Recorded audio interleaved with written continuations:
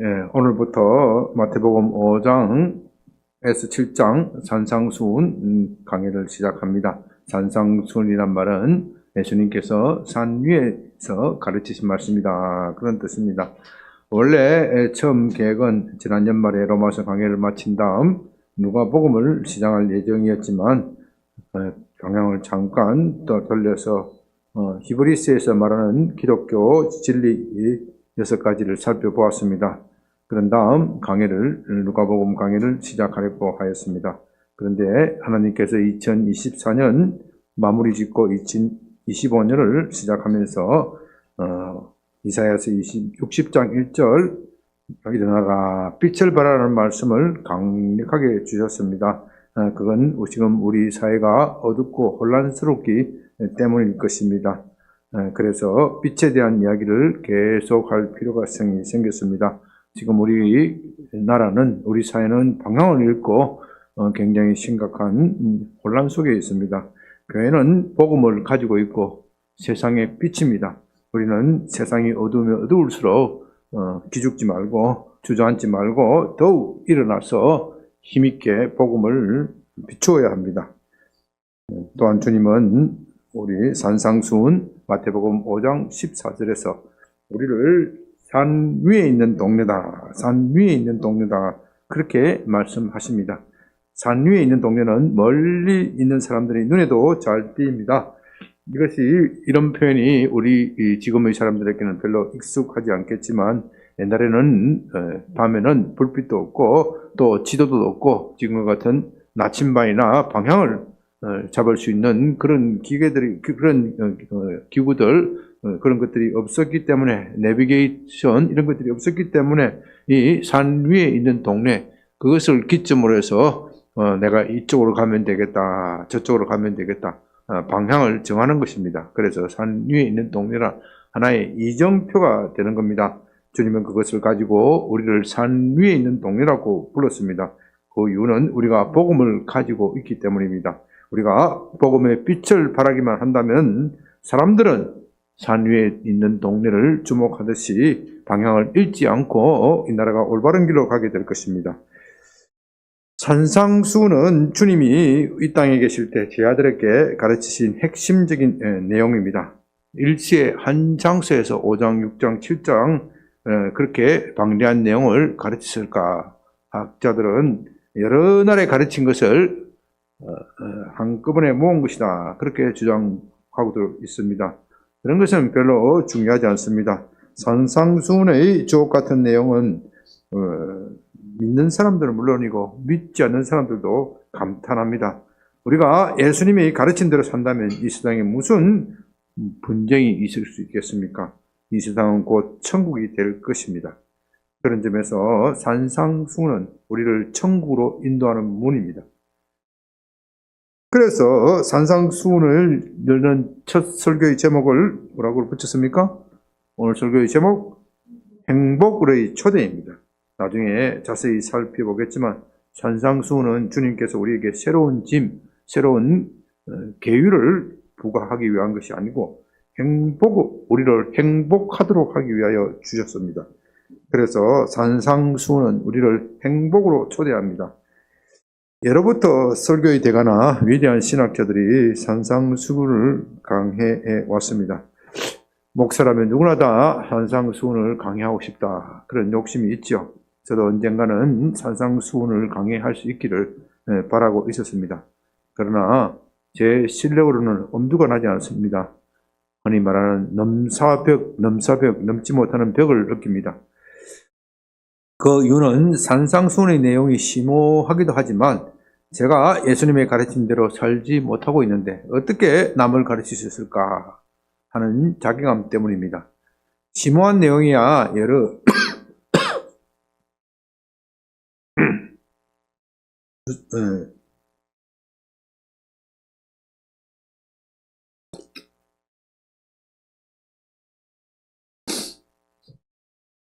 심오한 내용이야 여러 주석서나 책을 찾아보면 해결할 수고 또 멋들어지게 가르칠 수가 있습니다. 그러나 실천의 문제는 그렇게 할 수가 없죠. 예를 들면 5장 44절에서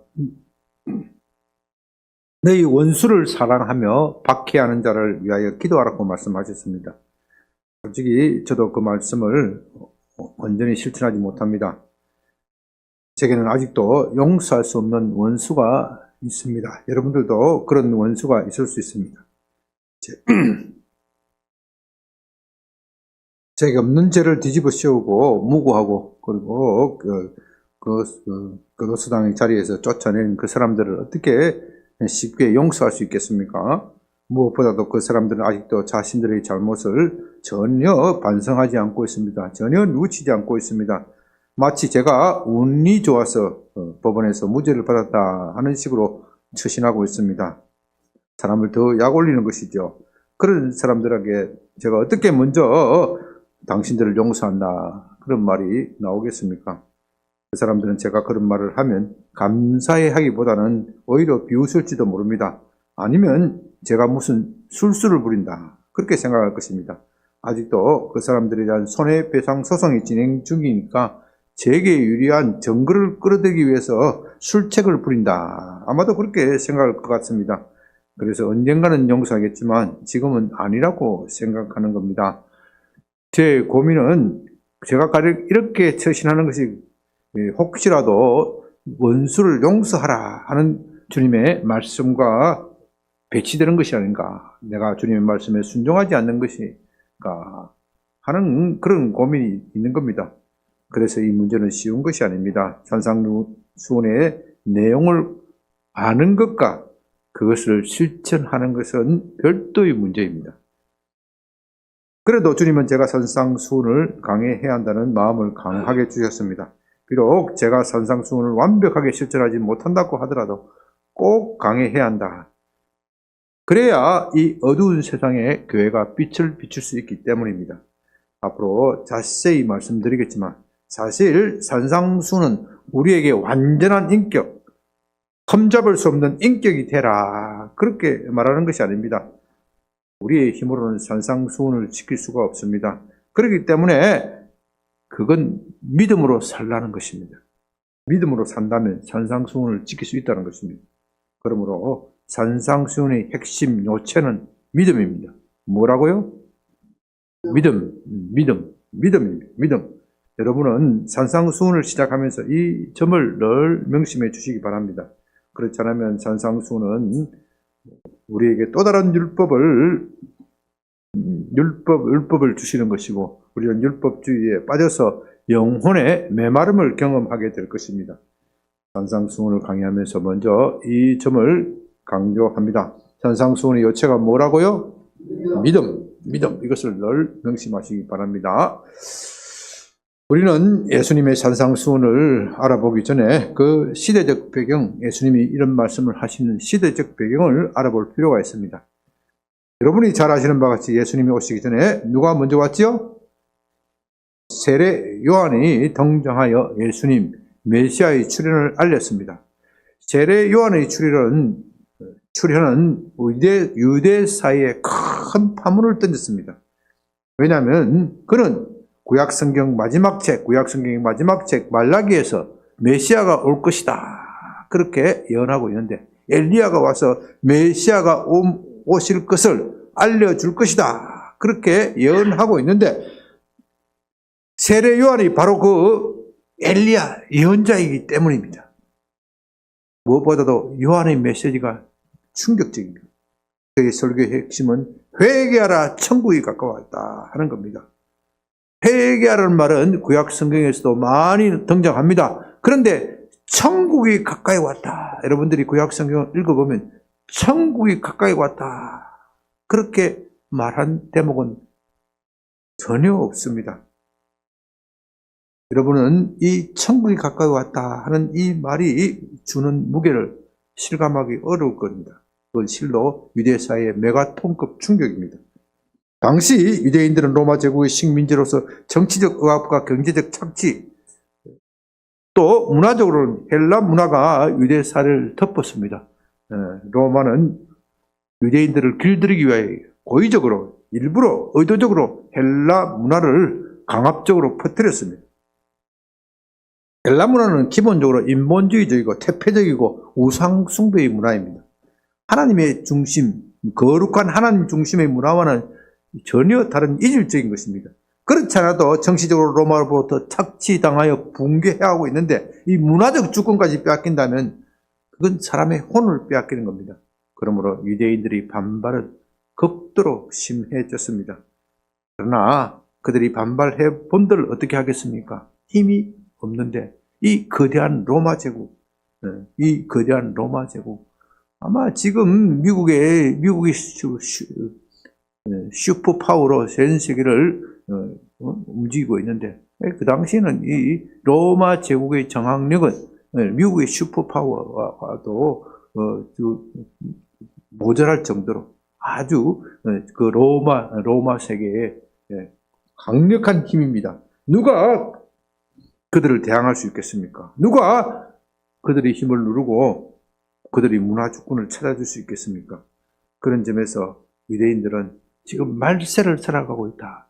세상이 끝장이다. 어떻게 하나님의 백성이 이렇게 억압을 당할 수 있을까? 온 세상은 마귀가 장하고 있고 하나님의 백성인 이스라엘은 그 마귀의 학정에 시달리고 있습니다. 이 현상을 뒤집어야 합니다. 이 현상을 뒤집으려면 오직 메시아가 나타나야 합니다. 메시아만이 그들을 해방시켜 줄 것입니다.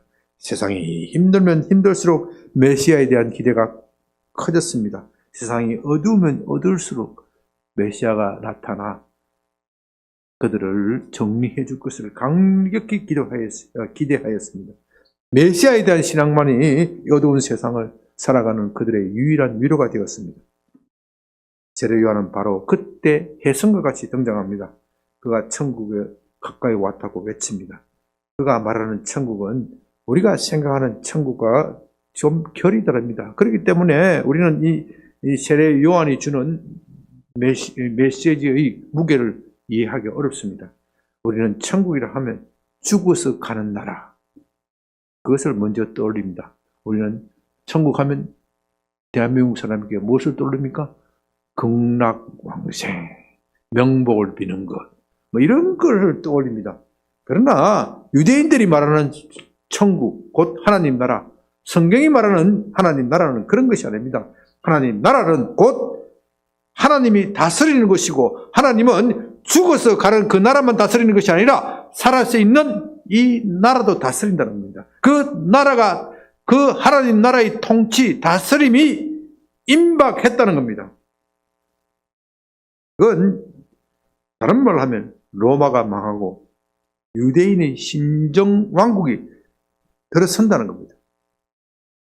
이것처럼 그들을 흥분하게 만들고 감격하는 것이 어디 있겠습니까? 쉽게 말하면 우리가 일제의 압박을 벗고 독립한다, 그 뜻입니다. 일제의 치하에 시달리는 사람들에게 그것처럼 사람을 흥분시키고 감동시키는 말이 어디 있겠습니까?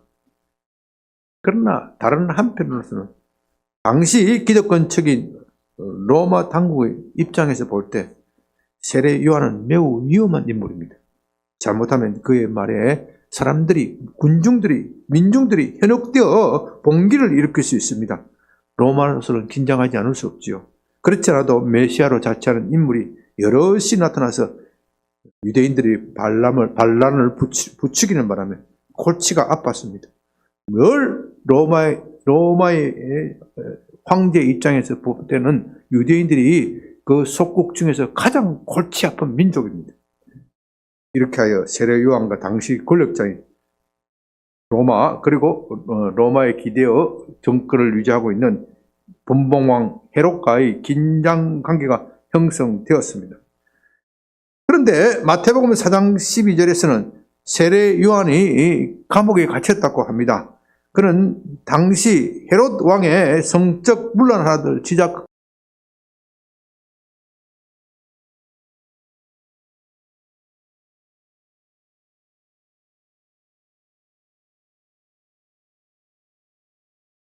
주는 충격을 이해하기가 쉽지 않을 것입니다. 그들의 유일한 희망이 사라졌습니다. 사람들은 그를 엘리야로 믿었습니다. 하나님의 선자인 엘리야로 믿었습니다. 그 엘리야는 메시아가 가는 메시아의 앞에 나타나서 메시아의 길을 예비한 한다고 하였습니다. 그 엘리야가 현실의 권력, 현세의 권력 앞에서 무릎을 꿇고 무너졌다면 그는 엘리야가 아닙니까? 그렇다면 그들은 또 다른 메시아를 기다려야 한다는 말입니까? 그야말로 하늘이 무너지고 땅이 꺼지는 그런 느낌입니다. 예수님은 이런 절망적인 상황에서 마침내 그의 공적 활동을 시작하십니다. 예수님의 첫 메시지는 세례 요한의 것과 동일합니다. 4장 17절 이때부터 예수께서 비로소 전파하여 이르시되 회개하라 천국이 가까이 왔느니라. 그러나 예수님의 메시지는 세례 요한과 좀 결이 다릅니다. 차원이 다릅니다. 세례 요한이 천국이 가까이 왔다고 말하였을 때 아직 천국이 임하지는 않았지만 곧 임박하였다. 영어로 말하면 뭐예요? 영어로 말하면 개봉박두 뭐 그런 거지요. 그러나 예수님의 메시지는 세례 요한이 말한 그 천국이 이미 임하였다는 겁니다. 그런 점에서 세례 요한은 실패한 것이 아닙니다. 그는 자기의 사명을 다 했기 때문에 감옥에 갇혀 순교하는 것일 뿐입니다. 이것으로서 메시아의 시대가 도래했다는 것입니다. 메시아의 왕국인 천국, 하나님의 나라가 이 땅에 임했다는 것입니다. 오늘 본문 마태복음 4장 23절은 이런 역사적 맥락 속에서 이해되어야 합니다. 예수께서 온 갈릴리에 두루 다니사 그들의 회당에서 가르치시며 천국 복음을 전파하시며 백성 중에 모든 병과 모든 악한 것을 고치시니. 예수님은 복음 전도의 시작, 하나님 나라의 시작을 유대계의 중심인 예루살렘에서 하지 않고 가장 변두리인 갈릴리에서 시작하십니다. 갈릴리는 이스라엘 북쪽 이방인들과 경계 지방이 있기 때문에 이스라엘 맨 끝 북쪽입니다. 그 갈릴리를 넘어가면 이방인 지역이죠. 그렇기 때문에 이방인과 교류가 많고 유대인의 순수성을 지키기가 어렵습니다. 그렇다고 해서 이방인 지역도 아닙니다. 유대인과 이방인 사이 경계에 있는 그곳이 바로 갈릴리입니다. 그래서 본토 사람은 이방의 갈릴리다. 유대인에 속았지만 저 사람들은 유대인이 아니다는 식으로 그렇게 불렀습니다. 마태복음 4장 15절에서도 갈릴리를 이방의 갈릴리 그렇게 부르고 있습니다. 그 사람은 율법을 잘 모릅니다. 별로 관심도 없습니다. 유대 지방이라고 하기에는 너무나도 세속화되었고 이방 문화가 심각하게 침투되어 있습니다. 그래도 갈릴리 사람은 그들 나름대로 민족적 자존심이 있었습니다. 비록 자기들이 율법을 지키지는 못한다고 할지라도 우리는 하나님의 선택을 받은 선민이다. 하나님의 선택을 받은 선민이 이렇게 이방화되어가 되겠는가? 그런 데 대한 자책감, 좌절감 그런 것을 느끼고 심각하게 반발하고 있습니다. 원래 갈릴리는 토지가 비옥하고 기후가 좋아서 사람이 살기가 좋다고 합니다. 그러나 로마 정권의 억압과 착취, 빈부격차로 대부분의 사람이 살기가 힘들어졌습니다. 하루하루 살기가 힘겨웠습니다. 그러니 메시아에 대한 기대는 다른 어느 지방보다도 더 컸습니다. 그래서 갈릴리에서 메시아에 대한 소동이 자주 일어납니다. 갈릴리 사람은 다혈질적이고 애국심이 강하여 로마에 대한 반감이 가장 심한 지역이기도 합니다. 그래서 열혈당원이 어디서 나왔어요? 갈릴리 사람들 중심으로 열혈당원은 무장해서라도 로마 권력을 처부숴야 한다. 그 열혈당원이 이 갈릴리 사람들입니다. 예수님은 바로 이곳에서 복음 전도를 시작하십니다. 그의 첫 메시지는 세례 요한과 마찬가지로 천국이 가까이 왔다는 것입니다. 그러나 세례 요한과는 다른 것이 있다면 세례 요한은 개봉박두 가까이 오고 있다고 말하고 있다면 예수님은 이미 그들 사이에 천국이 왔다 이렇게 말씀하고 계십니다. 왜냐하면 예수님이 천국이기 때문입니다. 여러분 이 점을 잘 이해해야 합니다. 천국은 우리가 죽어서 가는 나라가 아니고 예수님과 어떻게 릴레이션십을 짓느냐 거기에 따라서 결정되는 겁니다. 천국은 아까 뭐라 그랬죠? 하나님이 어떻게 해요? 다스리는 나라. 천국, 성경에서 말하는 천국은 명복을 비는 그런 것이 아니고 하나님이 다스리는 나라입니다. 그런데 하나님은 그의 다스리면 아들이신 메시아 예수님께 맡겼습니다. 그렇기 때문에 예수님이 계신 바로 그것이 천국입니다. 왜냐하면 예수님이 통치하고 계시기 때문입니다. 또한 여기서 중요한 것은 예수님이 그들을 먼저 찾아갔다는 것입니다. 천국은 우리가 사모하는 것이기도 하지만 하나님이 우리를 먼저 찾아오시는 것입니다. 만일 우리가 먼저 찾아갔다면 천국에 대한 주도권은 우리에게 있을 것입니다. 어떤 사람들은 이런 식으로 생각해서 하나님 나라를 자기들이 만들 수 있는 것처럼 내가 하나님 나라를 만들자, 우리가 하나님 나라를 만들자, 우리 교회가 하나님 나라를 만들자, 그렇게 말하는 사람들이 있습니다. 그러나 하나님 나라는 그런 것이 아닙니다. 하나님 나라는 하나님이 다스리는 것이고 하나님께서 주도권을 가지고 계신 곳이 하나님 나라입니다. 어느 날 하나님께서 불쑥 우리를 찾아오셔서 시작되는 그것이 바로 하나님 나라입니다. 그런데 예수님은 말로만 천국이 가까이 왔다고 말씀하시는 것이 아닙니다. 그것이 실제로 임하였음을, 이 땅에 임하였음을 그의 능력으로 보여주고 계십니다. 그들 중에서 모든 병든 사람, 약한 사람, 귀신 들린 사람, 아마 갈릴리의 그런 사람들이 유대 본토 지방, 유대 예루살렘 지방보다도 훨씬 더 많았을 것 같습니다. 왜냐하면 착취, 억압 속에서, 빈부의 격차 속에서, 사회적 갈등 속에서 그런 힘든 사람들이 너무 많았기 때문입니다. 사장 2절에서 모든 앓는 자, 각종 병에 걸린 사람, 귀신 들린 사람, 간질 환자, 중풍병자를 고쳤다고 하였습니다. 이런 병들의 몽령은 지금은 어느 정도 다스릴 수 있을지 모르지만 고대 세계에서는 불치병입니다. 요즘 말로 하면 암이나 마찬가지, 도저히 고칠 수 없는 불치의 병입니다. 이런 사람들 중에서 예수님께 왔다가 고침을 받지 못한 사람 한 사람도 없었습니다. 그런 점에서 오늘날 신유의 은사를 받은 사람들과 좀 질이 다릅니다. 예수님이 고치면 다시는 재발하는 법이 없고 또한 즉시 고침을 받았습니다. 심지어 나면서부터 보지 못하는 사람, 걷지 못하는 사람, 이런 사람들도 고침을 받았습니다.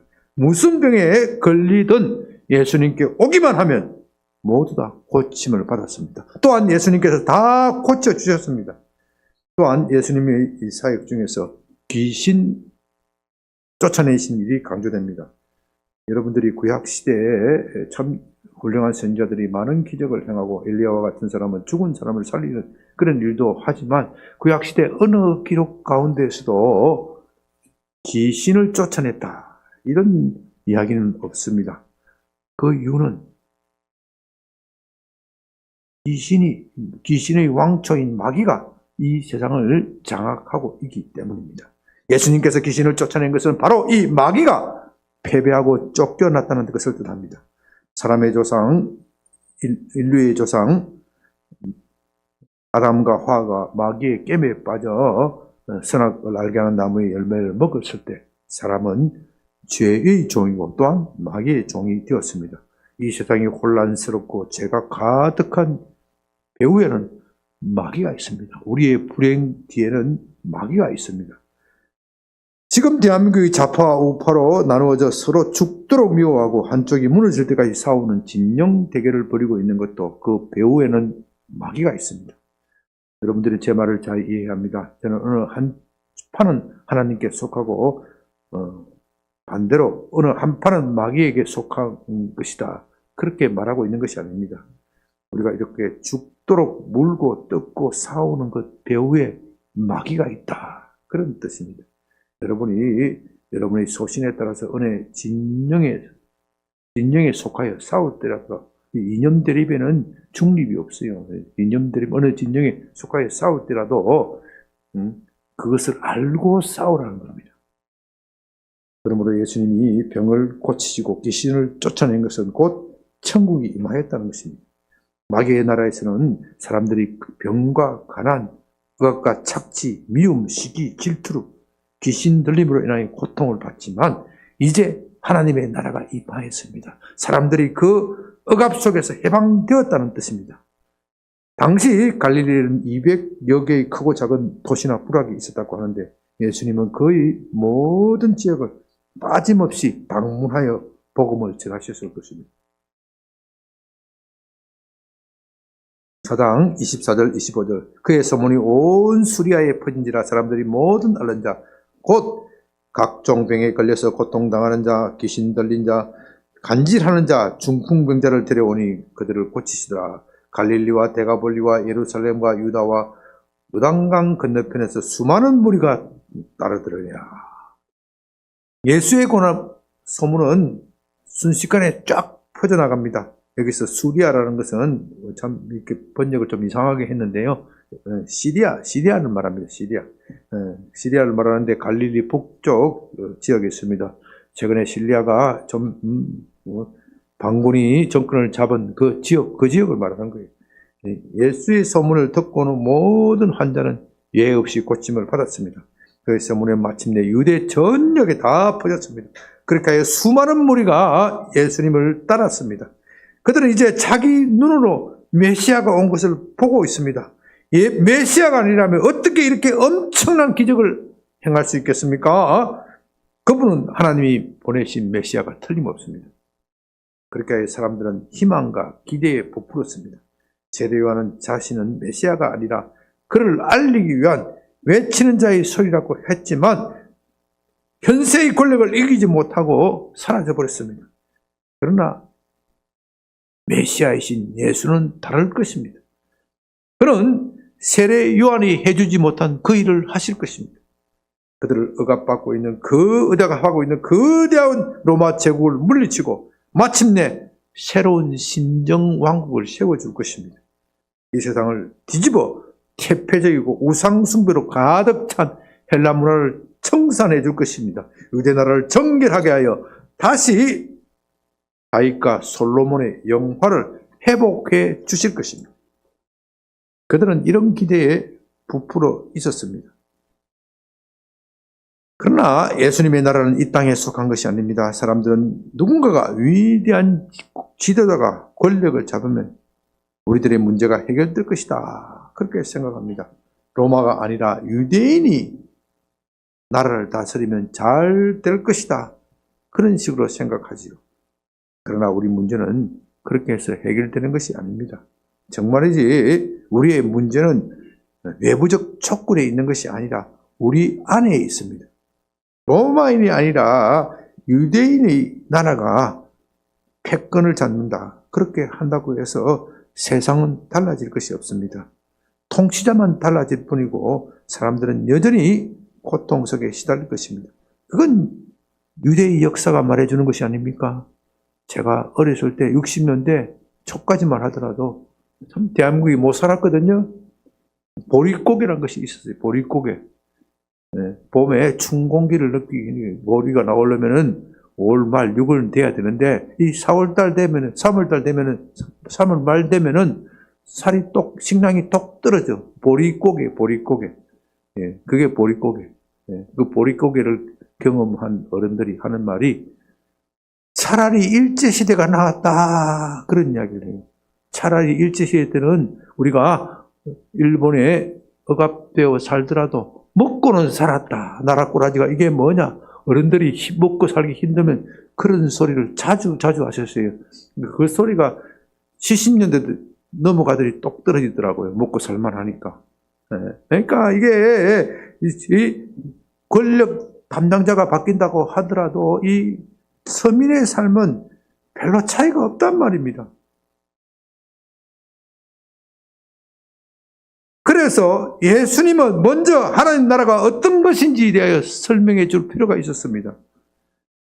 이것이 바로 산상수훈을 말씀하신 배경입니다. 따라서 산상수훈은 단순한 기독교인의 윤리 지침이 아닙니다. 그것은 하나님 나라의 성격을 말하는 것이고 예수님의 제자라면 반드시 따라야 할 법입니다. 지켜야 할 법입니다. 5장 1절 예수께서 무리를 보시고 산에 올라가 앉으시니 제자들이 나온지라.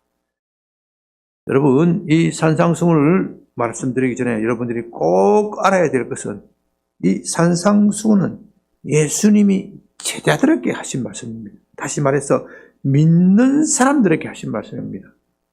그렇다면 산상수훈은 믿지 않는 사람들에게는 적용되지 않습니까? 예, 그렇습니다. 산상수훈은 믿지 않는 사람들과는 상관이 없습니다. 믿지 않는 사람들은 혹시라도 산상수훈을 모방할 수는 있지만, 그러나 거기에는 하나님의 약속도 없고 또한 그들은 산상수훈을 지킬 수도 없습니다. 예수님의 제자가 아니라면 산상수훈과 관계가 없고, 예수님의 제자가 아니라면 산상수훈을 실행할 수도 없습니다. 또 믿는다고 하더라도 적당히 믿겠다 하는 사람은 그런 사람을 위한 것이 아닙니다. 바로 예수님의 제자가 되겠다, 그런 사람을 위하여 가르친 것입니다. 그냥 제자가 아니라 예수님 때문에 자신의 일생을 모든 것을 걸고 예수님을 따라가겠다, 그런 사람을 위한 것입니다. 산상수훈에는 정말로 주옥과 같은 내용들이 있죠. 그래서 이 세상 사람들 중에서도 예수님의 십자가 사역, 예수님의 십자가를 믿지는 않지만 나는 산상수훈을 좋아한다, 그런 사람들이 많이 있어요. 그래서 자신들이 책을 쓰거나 글을 쓸 때 문학적 표현으로 원용하기도 합니다. 또한 그들은 예수님의 높은 수준의 도덕과 윤리에 감탄하면서 어떻게 이렇게 감동적인 말을 할 수 있을까, 그런 말을 자주 합니다. 그들이 그렇게 말한다고 할지라도 산상수훈은 그들의 것이 아닙니다. 그 이유는 그들의 말에 의해서도 증명이 됩니다. 그들은 예수님의 산상수훈에 감동하면서 감탄하면서도 산상수훈을 실천하는 것은 너무도 어렵기 때문에 예수님이나 가능하지 우리와 같은 인간은 도저히 지킬 수 없는 것이다, 그냥 너희들도 그렇게 살았으면 좋겠다, 종교적 이상을 말씀하신 것이다, 그렇게 말합니다. 심지어 기독교 윤리학자들도 그런 식으로 말하는 사람들이 있어요. 대표적인 분이 라인홀드 니버입니다. 니버는 20세기 미국의 대표적인 기독교 윤리학자입니다.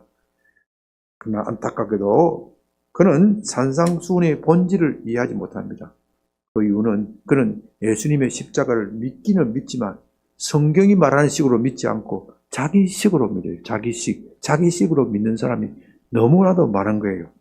그래서 산상수훈은 너무도 높은 차원의 윤리이기 때문에 사람으로서는 지킬 수 없는 것이다, 그래도 우리가 그것을 지키기 위하여 노력하는 것 자체가 의미가 있다. 말이 참 멋지죠. 그런 뜻으로 그는 impossible possibility라는 말을 씁니다. impossible, 직역하면 불가능, possibility는 가능한 것이죠. 이 말도 안 되는 것이죠, 어법상으로서는. 그러나 이 말을 참 멋들어지게 하는 표현입니다. impossible possibility, 불가능하지만 그래도 가능하도록 접근까지 해보는데 거기에 의미가 있다.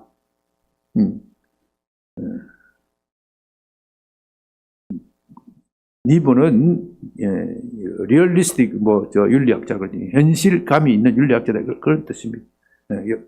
그건 다른 말로 하면 예수님이 일종의 과욕을 부린 것이고 자신이 현실에 맞게 예수님의 말씀을 재해석했다, 그렇게 해석해도 무방할 것입니다. 물론 니버는 그렇게 건방지게 말하지는 않았지요. 그러나 그렇게 함으로써 예수님의 체면을 살려주었다, 그런 뉘앙스가 포함되어 있습니다. 그러나 그런 말은 산상수훈이 예수님의 제자를 위한 것이라는 점을 간과한 것입니다. 예수님은 산상수훈을 우리에게 주실 때 비록 이것이 완벽하게 지킬 수 없다 하더라도 너희가 지키려고 애를 쓰는 것 그 자체가 의미가 있다, 그렇게 하다 보면 완전하게는 못할지라도 완전에 가깝게 된다, 그런 뜻으로 우리에게 주신 분이 아닙니다. 그런데 교회 안에서 이런 식으로 해석하는 분들이 너무도 많아요. 그렇게 해석하는 것은 안 믿는 사람도 할 수가 있어요. 예수님은 우리에게 불가능한 것을 제시하면서 지키라고 말씀하신 것이 아닙니다. 우리의 능력으로서는 불가능하지만 하나님의 능력으로서는 가능한 것이다. 이것을 믿으라는 것입니다. 아니, 예수님의 걸 믿고 따르는 제자들에게는 그렇게 만들어 주시겠다는 겁니다. 사람의 힘으로는 불가능하지만 하나님의 능력으로서는 가능하다. 그것을 믿으라는 것입니다. 그러므로 산상수훈의 요체가 뭐라 그랬죠? 믿음이라고 했습니다. 산상수훈은 믿는 사람들을 위한 것입니다. 그의 제자들을 위한 것입니다. 다시 말해서 산상수훈을 지키는 것은 우리의 힘으로는 불가능하지만 믿음으로 하면 가능하다는 겁니다. 따라서 그 말씀의 핵심은 곧 믿음으로 살라는 것입니다. 왜냐하면 우리가 믿음을 사용할 때 성령이 우리를 도우시기 때문입니다. 그래서 산상수훈은 의인은 믿음으로 살라 하는 로마서의 말씀과 일치가 되는 겁니다. 산상수훈과 로마서가 따로 있는 것이 아니라 그 둘은 하나입니다. 이제 여러분은 저와 함께 산상수훈에 이행하게 될 것인데 늘 생각해야 할 것이 바로 이 점입니다. 산상수훈은 믿음대로 살라는 뜻이다. 우리가 이 점을 제대로 이해하지 못하면 산상수훈은 우리를 불행하게 만드는 종교적 계율이 됩니다. 어떤 사람은 산상수훈대로 살아야 천국 간다고 그렇게 주장합니다. 이것은 율법주의적인 해석인데 이것처럼 우리를 불행하게 만드는 것도 없습니다. 산상수훈을 지켜야 천국에 갈 수 있다면 지금 이 자리에 계신 분 가운데 제가 보기에는 천국 갈 수 있는 사람이 아무도 없을 것 같습니다. 그건 저도 마찬가지입니다. 산상수훈의 도덕률은 너무나도 높기 때문에 우리가 실천할 수 있는 것이 아닙니다. 그렇다고 하여 우리에게 불가능한 것을 주신 것도 아닙니다. 사람에게는 불가능하지만 하나님에게는 가능합니다. 그것을 믿고 따르라는 것입니다. 그렇기 때문에 산상수훈을 어렵다고 하여 포기하는 것도 안 되는 겁니다. 다시 말씀드립니다. 정리하여서 말씀드립니다. 어떤 사람은 산상수훈을 너무나도 높은 차원에 있는 것은 인정하지만 우리 인간으로서 어떻게 해요?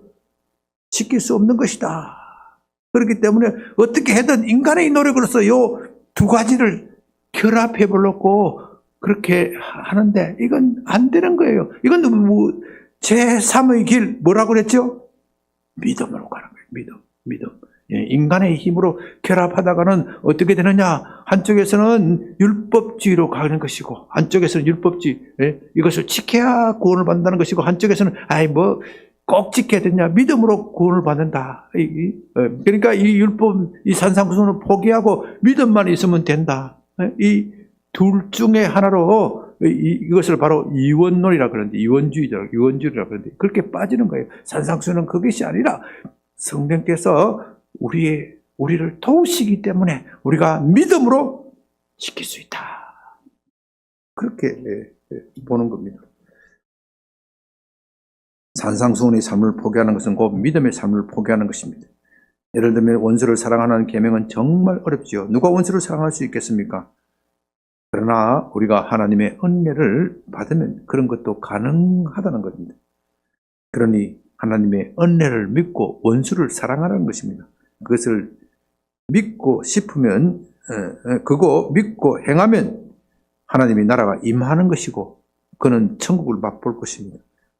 그러나 믿지 않으면 소용이 없습니다. 예수님이 아무리 행복의 길로 초대하더라도 그 초대장을 받고 하나님의 나라에 예수님의 다스림에 들어오지 않으면 소용이 없습니다. 그런 점에서 오늘 산상수훈을 듣는 여러분들은 이미 천국에 들어온 것입니다. 예수님의 제자로서 이미 천국에 들어왔으니 천국을 즐기라, 만끽하라. 그것이 산상수훈의 초대장입니다. 이제 그런 관점에서 5장 2절에서 3절을 봅니다. 입을 열어 가르쳐 이르시되 심령이 가난한 자는 복이 있나니 천국이 그들의 것이며 이 5장 3절에서 12절까지는 예수님이 말씀하신 그 유명한 8복 8가지 복을 말합니다. 여기서 복은 나중에 자세히 설명하겠지만 최고의 행복, 우리가 인간에서 누릴 수 있는 그런 시시한 복이 아니라 정말로 진정한 최고의 복을 말합니다. 예수님은 산상수훈을 시작하면서 어떤 사람이 복이 있는지 이 8가지 복에 대해서 말씀하고 계십니다. 그래서 산상수훈은 행복으로의 초대입니다. 예수님의 말씀을 지키고 실행하는 사람은 복을 얻게 될 것입니다. 그러나 예수님을 믿는다고 하면서 산상수훈을 무시하고 지키지 않으면 어떻게 될까요? 저주를 받습니다. 이거 분명히 해야 됩니다.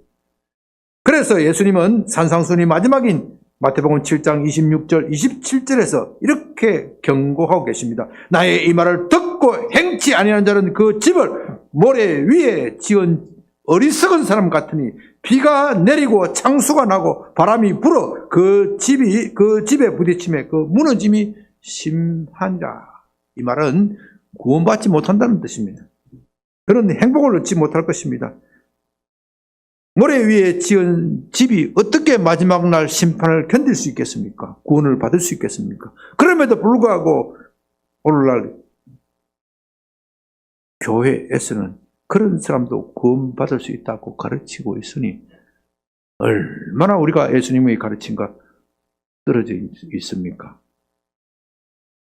성경을 좀 아시는 분은요, 이런 예수님의 경고가 복과 저주를 선포하는 신명기의 말씀 구조와 유사하다. 그렇게 느낄 것입니다. 신명기 30장 19절 20절 내가 오늘 하늘과 땅을 불러 너희에게 증거를 삼노라.